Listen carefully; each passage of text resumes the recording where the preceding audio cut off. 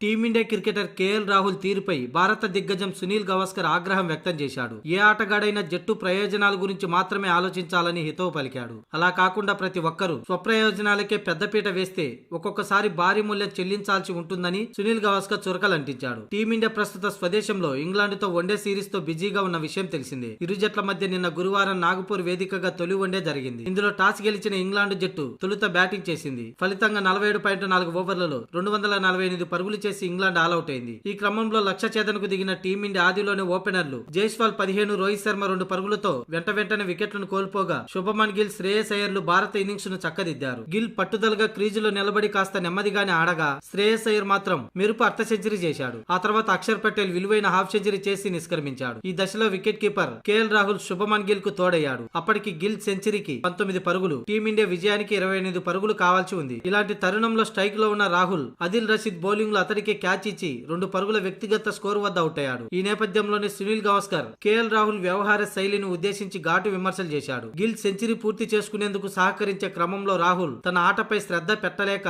నిర్లక్ష్యంగా వికెట్ పారేసుకున్నాడని మండిపడ్డాడు. రాహుల్ తన సహజ శైలిలో ఆడాల్సింది, కానీ తన బ్యాటింగ్ పార్ట్నర్ సెంచరీ పూర్తి చేసుకునేందుకు వీలు కల్పించే క్రమంలో అజాగ్రత్తగా వ్యవహరించాడు. అందుకు ఫలితంగా ఏం జరిగిందో చూడండి. ఇది టీమ్ గేమ్ కాబట్టి ఏ ఆటగాడు కూడా ఇలా చేయకూడదు అంటూ సునీల్ గవాస్కర్ కేఎల్ రాహుల్ తీరును విమర్శించాడు.